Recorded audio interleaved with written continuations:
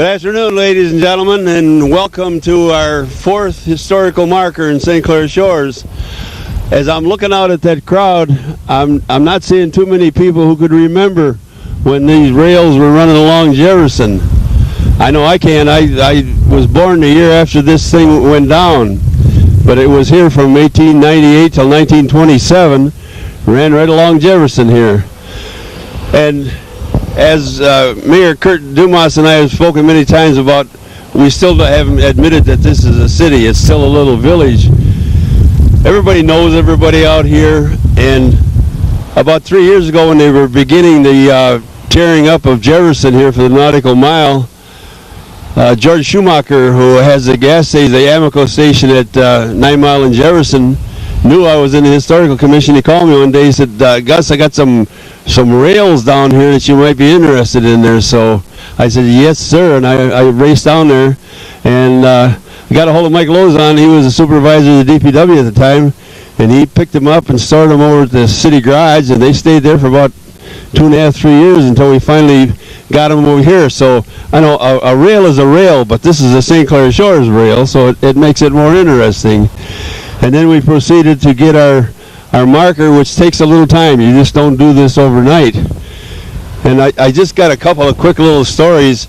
I can recall my cousin Violet Perry, whose family the Perry School is named after, telling me that when she was a little girl, about 12 years old, she would come down from 9 and Mac, where her family lived, the Robert John family, and she would take 2 burlap bags with her, and she'd board the Interurban car, ride into Detroit, where her father worked, and she would meet him and they would go shopping. But in the event that he had to work overtime or he wasn't right there, he didn't want her wandering the streets alone, so she just stayed on the streetcar, and she would just keep riding until finally he would show up, and then she'd get off, they'd go shopping, and they had more selection of groceries and so forth down there than we had here in St. Clair Shores. They come home with a couple of bags full of groceries.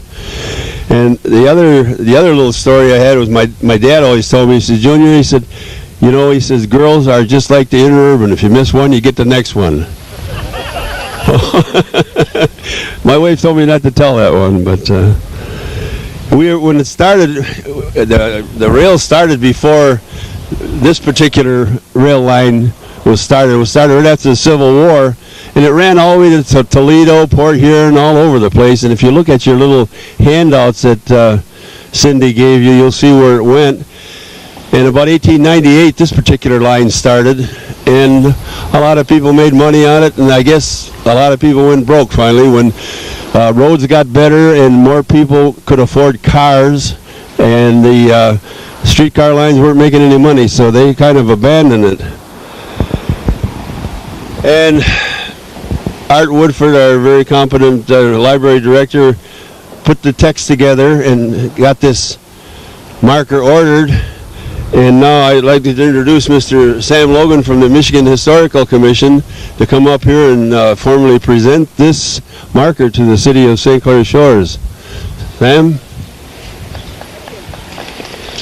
You've got to talk right now. I couldn't hardly hear you. Can everybody hear me? Good afternoon. It's nice to be here with all of you to celebrate the installation of another historical marker in the city of St. Clair Shores.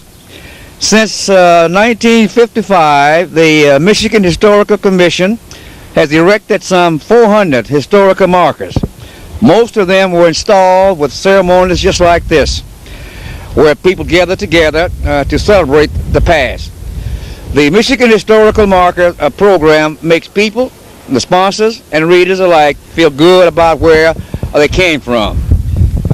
Some markers commemorate structures like the Fisher Building, that are architecture gems, and others like the Kramhoff Roadhouse, which represent an important period in our history. The Roadhouse was an infamous casino and speakeasy during the 1920s. Other markers tell us about the lives of people who had an impact nationally, statewide, or locally.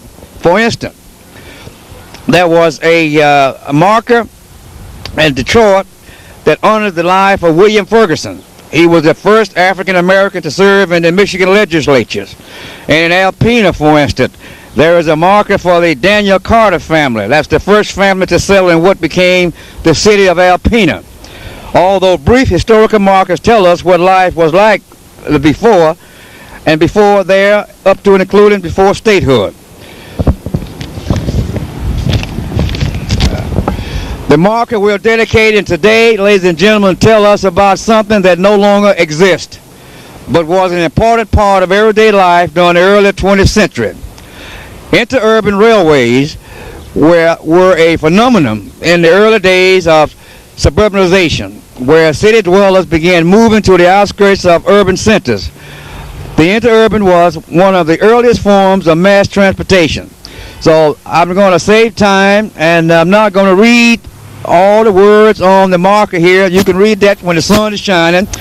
But to Mayor Dumas and Mr. Bloomline, Mr. Woodford, and assembled guests, on behalf of the Michigan Historical Commission, it gives me great pleasure to present you with this historical marker. Congratulations.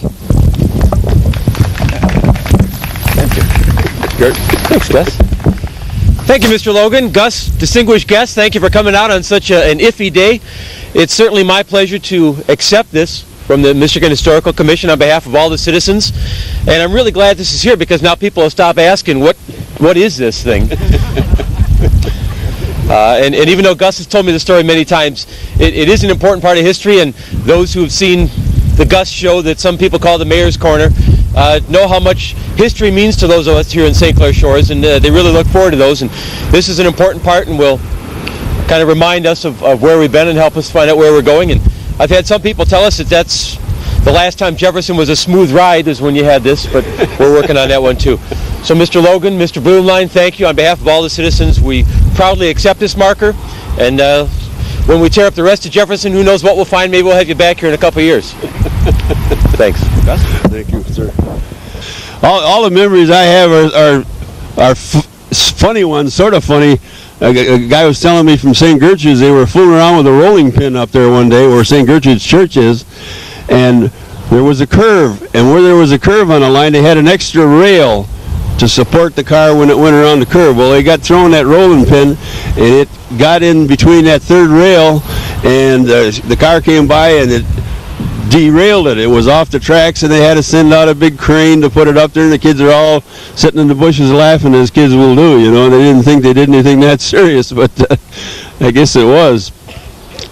Well, I just want to thank everyone for their interest coming out in such a miserable day, and when you get more time, bring your family and your neighbors. The text is on both sides of this sign, so you can come and have a picnic here and read it and remember what things were like back when. Even before me, as old as I am, I don't remember it. I was born the year after it died, so. But it's part of our history, a very integral part.